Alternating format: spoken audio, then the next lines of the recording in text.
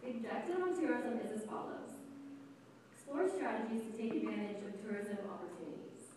So 3 policies that are summed up here that we use to execute this objective, and they include considering visitors as an important source of commerce in Rohnert Park, coordinating marketing efforts for the downtown district with future developments and regional attractions, and partnering with local ecotourism companies to highlight environmentally friendly travel and recreation within Sonoma County, using Rohnert Park as a hub to stay during vacations. Developments we'd like to highlight include the Green Music Center and proposed downtown district shown here, as well as the Smart Train Station, proposed Last One Bike Loop, Sonoma Mountain Village, and the Penny Casino. We would highlight them using the marketing program tool to increase interest in the area by outreach to different communities to bring people here for tourism. Show that Rohnert Park is the place to be. What's happening in downtown tonight at Rohnert Park?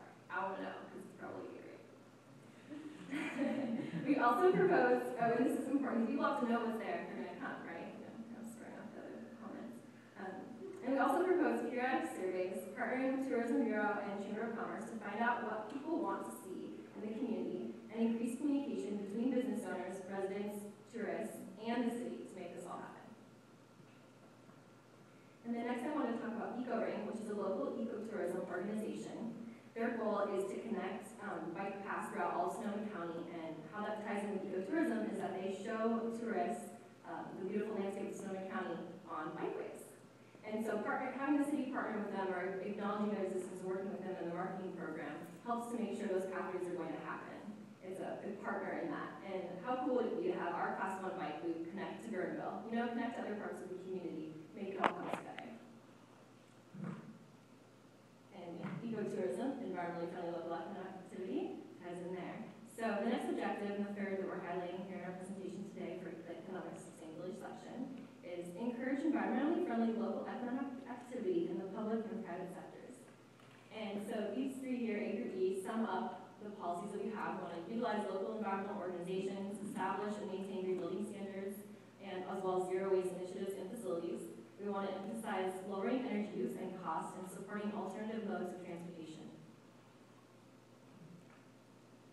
Tools we would use to implement these policies and the objective are certain programs I found that were available around Sonoma County. Here we have Energy Independence, the Sonoma County program. What they do is really cool and exciting to me. I met them at Earth Day. They work with homeowners to provide the money up front to do solar installations and also put in insulation to make other houses more energy efficient. So what happens is the money comes up front, and then the way they pay it back is in their property taxes annually. A little scary, I know, especially paying property team, don't mess with the property taxes. But they save so much money on their energy bill monthly that it offsets the cost. So having Rohnert Park as a city partner with them and show the community that this is what they want to promote is a green community. It's a really exciting thing because it creates jobs to get those projects done. And then also we have here the Green Business Program of Sonoma County, which is also a Bay Area-wide program.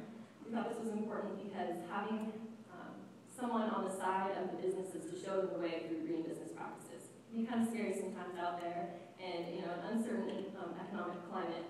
Can you be green if you're a conventional business? How do you get there? And so having Rohnert Park encourage businesses to be a part of this program and strive for that goal, we thought was an important part of becoming a sustainable community.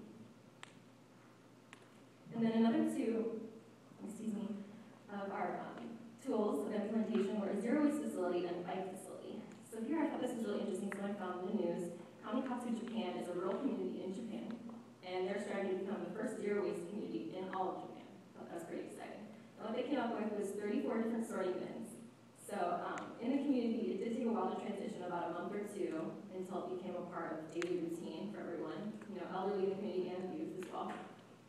But how exciting is that? 34 different types of materials that are being reused or repurposed and are part of the local economy, also creating local jobs. Instead of shipping the waste out, we can keep it there, have those jobs, and create that environmental awareness in the community. And then as far as the bike facility, you think, why is this in the economic section? Well, if you increase safety and education in the community, it's the most likely way that people will change their mode of preference for transportation. If families or parents feel that their kids are safe out there, especially with different types of things like lighting and such on the pathway, which is important, they're more likely to grow up in an environment where that's safe and it's acknowledged as a feasible mode of alternative transportation. and it leaves more room on the road for the movement of other goods and services within the economy. All right, so now I have a map to kind of orient you to where these would be proposed. We have the city hall here, where we are. You are here. And then A section, the downtown district, Pinewalk Creek, Enterprise Boulevard. And then here, this is kind of Costco right here, so this is a zero waste facility we're proposing. It's kind of hard to see on this map, but there's 4 parcels right here, basically. And so part of it would be an educational and museum-type informational facility for, schools throughout the region to bring students there and educate them about zero waste, as well as like a retail opportunity for people who make repurposed goods from the reusable materials. And then also have part of it be the industrial part of it, where actually the sorting is happening and they're finding places for those materials to go. And then, and then number 2 here, right along the bike loop. This is what Adam talked about earlier, the bike facility. All right, so now that you've heard our policies, it's time for a conclusion. Here I have the sustainability diagram. We have 7 objectives in our complete section of the document. I'd like to see it in the back there after.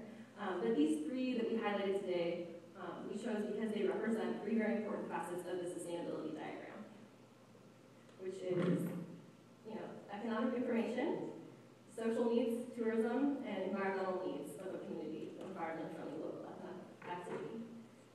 As we look toward the next 25 and 50 years of Rohnert Park, we hope this is the direction development of the economy, Rohnert Park's character, and modes of transportation go.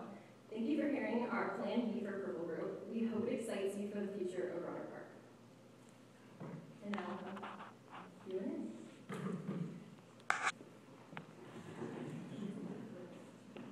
She's going to field it. I was in a purple period, so I don't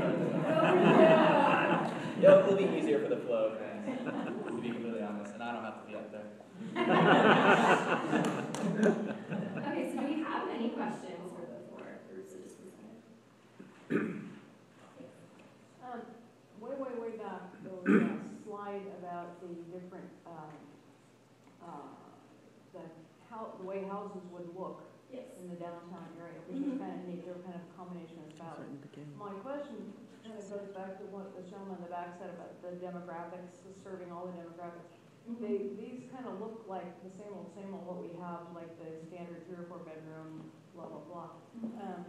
I don't know in your report if you have anything specific in there about like the small, Berkeley style craftsman house for the couple of people in their 60s who might want to stay here but don't want to have that kind of house.